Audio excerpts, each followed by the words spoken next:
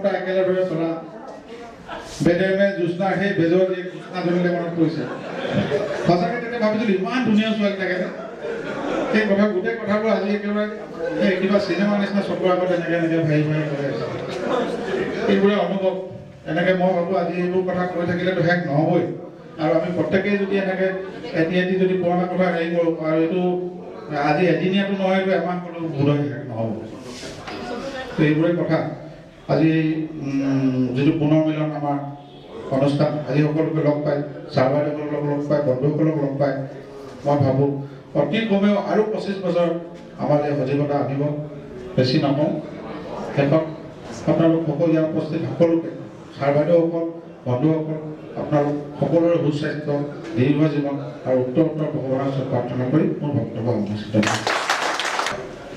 আমাৰ এই অনুষ্ঠানটিৰ আঁৰত সোমাই থকা মোৰ বন্ধুবৰ্গ ঋতুপৰ্ণকে আদি কৰি সকলো কৰ্মকৰ্তা মোৰ নিজৰ সোঁৱৰণিৰ ক্ষেত্ৰত ক'বলৈ গ'লে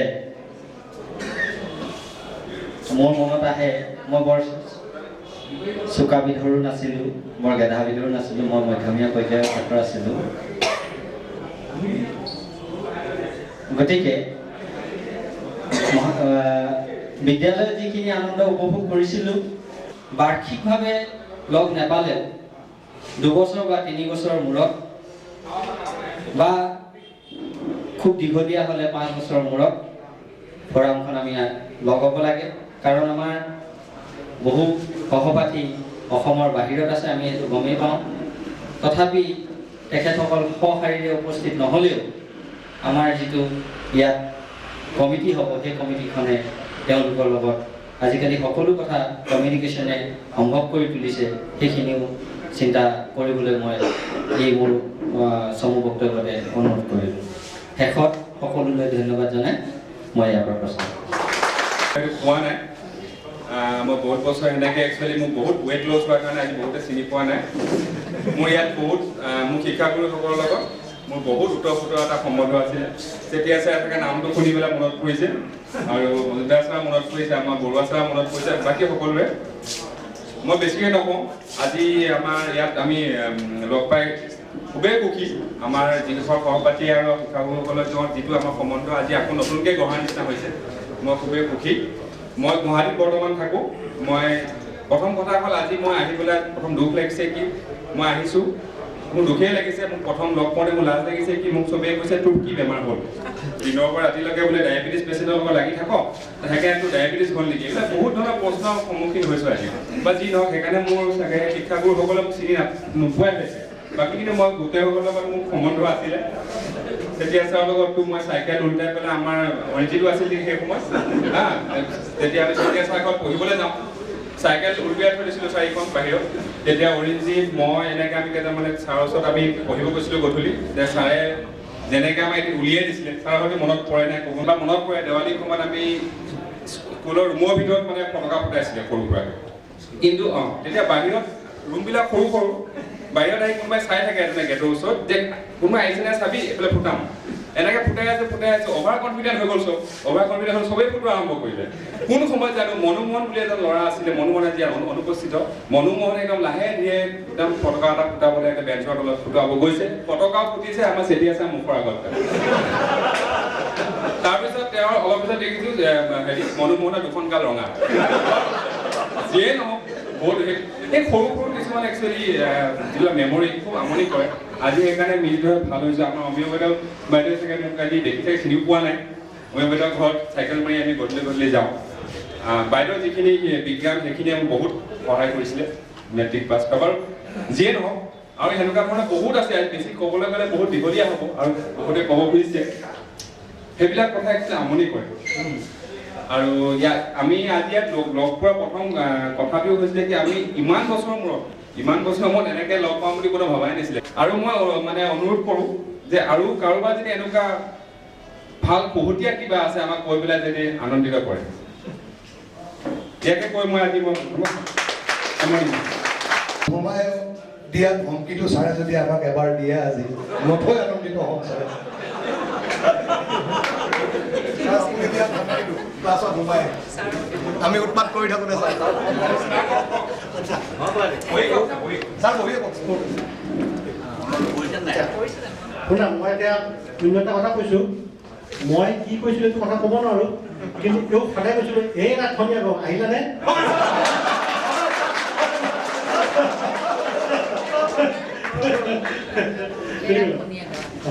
তাৰপিছত ঠিক তেনেকৈ এই যে তোমালোকৰ মুখখন দেখিয়ে কাৰোবাৰ ছবিটো একদম সম্পূৰ্ণ মনত আছে ঠিক তেনে তোমালোকে কৈছা যে ছাৰ আপুনি ঠিক একেই আছে যিয়ে নহওক বিভিন্ন ঠাইত থকাৰ কাৰণে আমি যে বহুতো আছোঁ দিল্লী বা বাংগালোৰ সেইকাৰণে আমি কিবা অনুষ্ঠান পাতিব লগা হৈছে ইয়াৰ আগতে আমাৰ 10 চনত 2010ত আমাৰ 150 বছৰীয়া যিসকল ছাত্ৰ আছিল সেই সমূহ ছাত্ৰই লগ লাগি এখন অনুষ্ঠান পাতিছিল সেই অনুষ্ঠানৰ প্ৰায়খিনি মানে ছবি মোৰ ইয়াতে আছে ৰিটায়াৰ হোৱাৰ পিছত মই ঘৰত ক'লোঁ মোক মানে এটা বস্তু আটাইতকৈ প্ৰয়োজনীয় বস্তু হৈছে কি তোমালোকক যি লাগে লাগিব আৰু মোক কিবা এটা কেমেৰা এটা লাগে এতিয়া মোৰ ইয়াত বহুত ছবি আছে কিন্তু কেমেৰাটো এতিয়া আজিকালি মই লুকাই থওঁ কেলৈ জানা নাই এইটোতকৈ বহুত শক্তিশালী কেমেৰা সকলোৰে হাতে হাতে আছে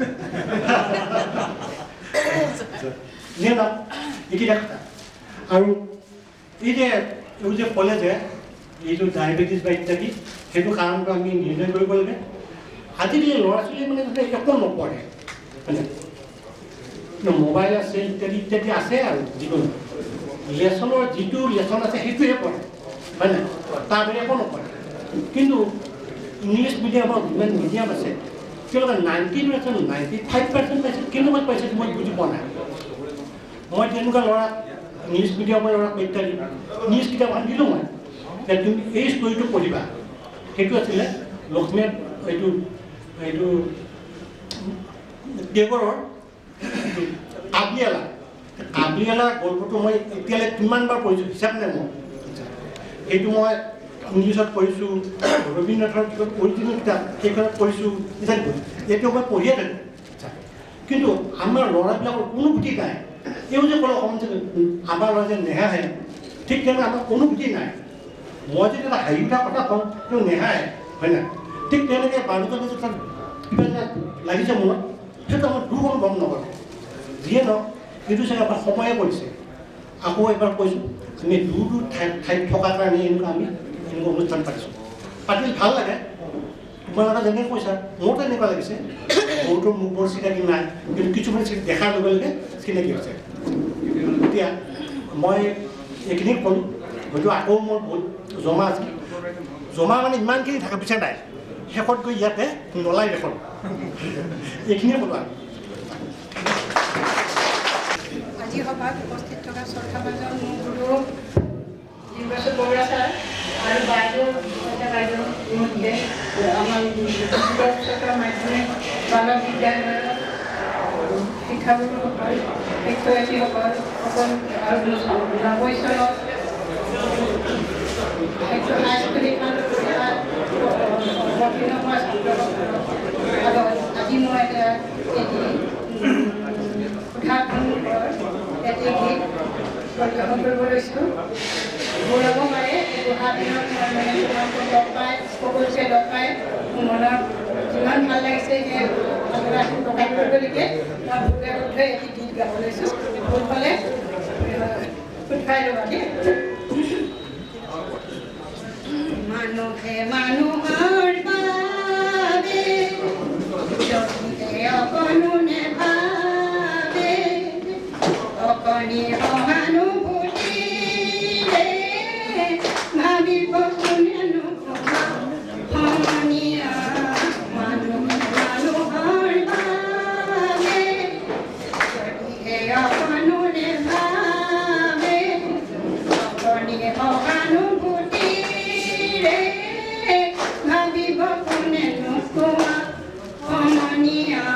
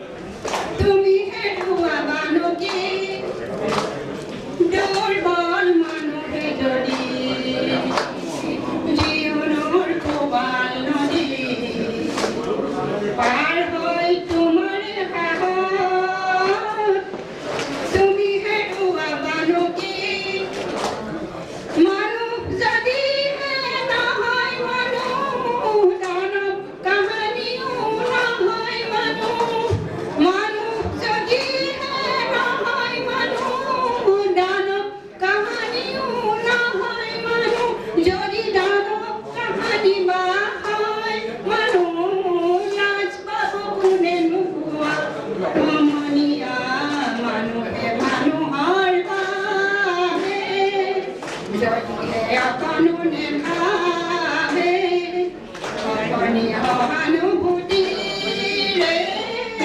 ভাবিব কোনেনো সমনীয়া মানুহে মানুহৰ ভাৱে।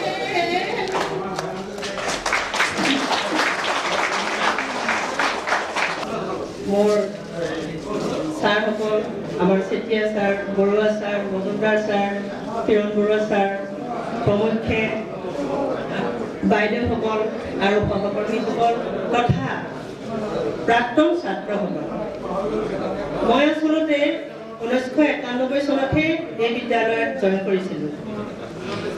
90 চনত মই নাছিলোঁ। যিসকল ছাত্ৰই হায়াৰ ছেকেণ্ডেৰী পঢ়িছিল সেইসকল ছাত্ৰহে মোৰ এতিয়া চিনাকি। এজন ছাত্ৰ মোৰ ভালকৈ মনত আছে। এটা সৰু ঘটনা মই ক'বলৈ গৈছোঁ, বৰ ইণ্টাৰেষ্টিং। পৰাগ দাস বোধ কৰোঁ আছে। পৰাগ দাস আহিছেনে? নাই।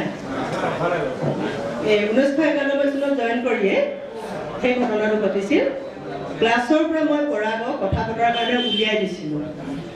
উলিয়াই দিয়াৰ পাছত পৰাগে মোৰ ব্যৱহাৰত ক্ষুণ্ণ হৈ তাহিৰ ছাৰক আপত্তি কৰিছিল যে নতুন বাইদেৱে মোক ক্লাছৰ পৰা উলিয়াই দিলে।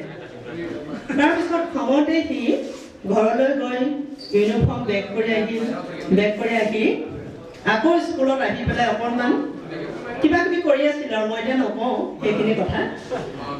তাৰপিছত তাহিৰ ছাৰক খুব খং উঠিল যে তই ইউনিফৰ্ম বেগ কৰি আহি কিয় স্কুলত ঘূৰি ফুৰিছ, আৰু বাইদেউৰ বিষয়ে তই ক'বলৈ আহিছ, বাইদেউ কালি পৰহি আহি জইন কৰিছে, বাইদেউ কিবা ব্যৱহাৰত বেয়া পাইছে সেইকাৰণে হয়তো তোক উলিয়াই দিছে।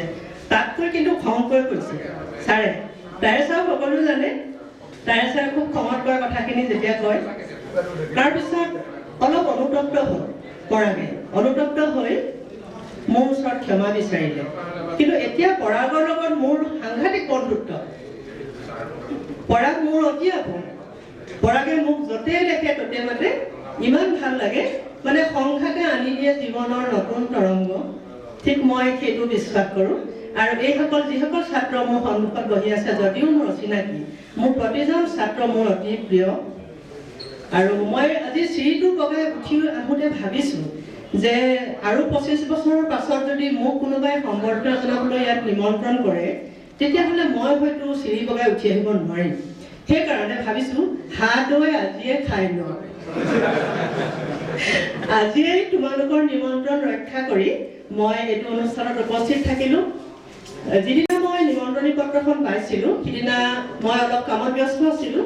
মানে আমাৰ এটা সম্প্ৰীতি নামৰ এটা অনুষ্ঠান আছে আমাৰ স্কুলৰ পৰা জন্ম দিয়া। 2013 চনত সেইটো অনুষ্ঠান জন্ম দিয়া হৈছিল। কেইগৰাকীমান উদ্যোগী শিক্ষয়িত্ৰী তথা ছাত্ৰক লৈ এই অনুষ্ঠান গঢ় লৈ উঠিছিল। বৰ্তমান সেই অনুষ্ঠান এতিয়া জীয়াই আছে, আমি চলাই আছোঁ। ডিষ্ট্ৰিক্ট লাইব্ৰেৰীত সিদিনা বাৰ্ষিক অধিৱেশন হৈ গ'ল। তাৰ প্ৰস্তুতি চলাই থাকোঁতে মই চিঠিখন পাইছিলোঁ। মই সিদিনা ভাবিছিলোঁ এই অনুষ্ঠানলৈ মই খাটাং যাম, কিয়নো পুৰণি ছাত্ৰসকলক চাবলৈ মোৰ বৰ আগ্ৰহ।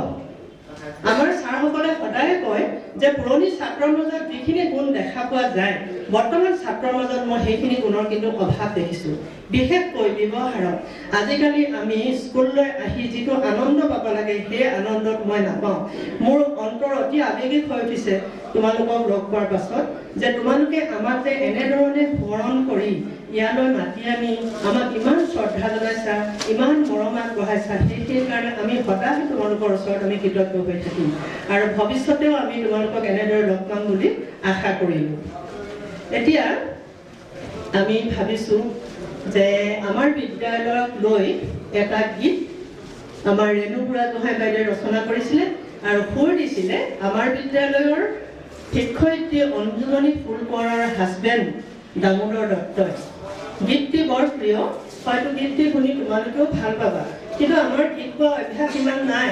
আগতে যদিও ষ্টুডেণ্ট লাইফত গীত গাইছিলোঁ, এতিয়া কি হ'ল সেই মানে ৰামো নাই অযোধ্যাও নাই এনেকুৱা হৈছে। তথাপিতো আমি গীতটো আৰম্ভ কৰোঁ আৰু মোক সহযোগ কৰিব আমাৰ লুচিত শইকীয়া বাইদেউ, ৰুমি শৰ্মা বাইদেউ, সাবিত্ৰী বাইদেউ, কুসুম বাইদেউ, ৰেণু বাইদেউ, এইসকলে মোক লগ দিব বুলি মই আশা কৰিলোঁ। গীতটো আৰম্ভ কৰিছোঁ।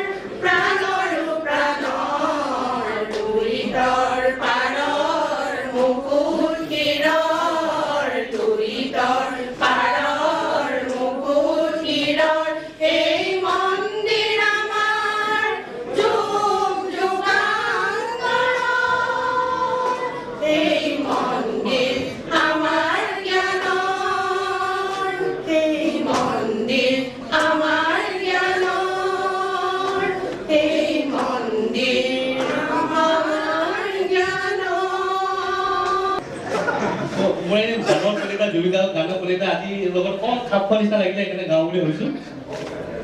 দুকুমুকালি মোৰ পঢ়াশালী ইংৰাজী অংক টপিনাটা চাৰি খিৰিকী ফাকেৰে ৰুটিয়া বেলি ঘৰলৈ পাহৰি গৈছোঁ। দেউতাৰ ৰঙা চকু একে কোবে আই বুকু পঢ়া টেবুলত ভাগৰৰ টোপনি আইনি টোপনি মৰমৰ ফুলনি পাখি পাখি এই মন পাখি লগা মোৰ মন পাখি মেলি যায় উৰি উৰি পাখি মেলি যায় উৰি। ধন্যবাদ।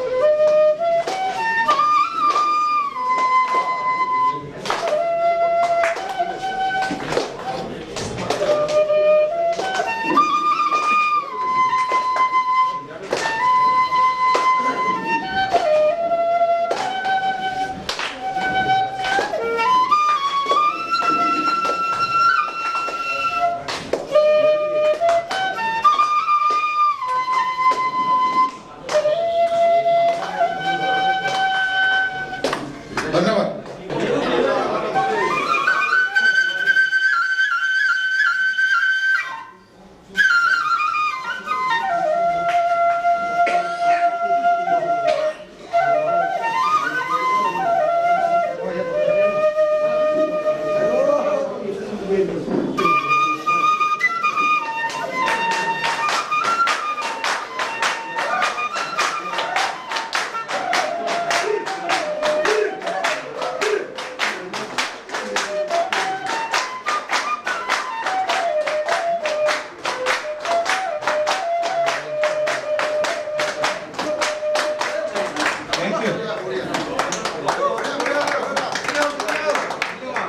ছাৰ নীলিময় কেৱল আজি অনুষ্ঠানটো বুলিয়ে নহয়, আচলতে গোটেই আজি অনুষ্ঠানটো যে বাস্তৱত পৰিণত হ'ল সেই প্ৰচেষ্টাৰ এটা বিশেষ অংশ নীলিময়, বিশেষ অৱদান নীলিময়ৰো আছে। সহকৰ্মী ছাৰ বাইদেউসকল আৰু মোৰ অতি মৰমৰ ছাত্ৰসকল, যিসকল ছাত্ৰই আজি আমাক ইয়াত সম্বৰ্ধনা জনাইছে আৰু আমি অতি সুখী হৈছোঁ, মনত অতি আনন্দ লাভ কৰিছোঁ যে আমি শিক্ষক হৈ তোমালোকৰ পৰা সম্বৰ্ধনা লাভ কৰিবলৈ পাৰিছোঁ আৰু তোমালোকৰ ভৱিষ্যত উন্নতিৰ কাৰণে মই ভগৱানৰ ওচৰত তোমালোকৰ বাবে শুভকামনা জনাইছোঁ। মই এটা কবিতাৰ পংক্তিৰে তোমালোকৰ পৰা আশা কৰিছোঁ। মই দেখিছোঁ হাজাৰ চকুত দীপ্ত সূৰ্য শিখা, এই ভয়াৱহ যুগসন্ধিৰ নাখিবলৈ বিভীষিকা। আচলতে তোমালোকৰ উত্তৰ কামনা কৰিছোঁ মই, আৰু লগতে মই এটা কবিতা আবৃত্তি কৰিম। জ্যোতিপ্ৰসাদ আগৰৱালাৰ জয়মতী আত্মাৰ উক্তি। মই অক্লেদ্য, মই অচিত্য, মই অদাহ্য, চানেকিৰো চানেকি, মহাচানেকি মই, দি থকা সত্য, মহামানৱৰ মইয়ে আদৰ্শ সনাতন, কাললৈ নুমাই চলো চিৰকাল মই চিৰনিত্য, মইয়ে মহাসত্য, জগাবলৈ নিষ্পেষিত দলিত ধৰিত্ৰী, প্ৰতিৰোধ কৰিবলৈ পাশৱীয় শকতিৰ উন্মুক্ত বেলা, আমুক শকতিলৈ আচলত মোৰ জাগো অহোৰাত্ৰি, যাক আজি পৃথিৱীৰ ধৰ্ষিত নিষ্পেষিত দলিত স্খলিত যত হতবীৰ্য নিৰাশ মানৱ, দিবলৈ তহঁতক শকতিৰ অগ্নিবাণ, পিন্ধাবলৈ বিজয়ী তিলক, পাৰে পাৰে চলি আছো জয়সাগৰৰ দিগন্ত পোহৰ কৰি। নহ'লে আচলতে দ্বিতীয় শ্ৰেণীটোৰ পৰাই প্ৰথম শ্ৰেণীটোত নাখায় বাৰু, দ্বিতীয় শ্ৰেণীটোৰ পৰা তৃতীয় শ্ৰেণীটোৰ ভিতৰত টিভিটো ঠিক হৈছিলে আৰু তাৰপিছত দশদীপ্তে কি খাব কি নাখাব চিন্তা কৰিবলগীয়া অৱস্থা এটা হৈছিলে। শেষৰ ফালে টিভি ননাই বন্ধ কৰি দিলে।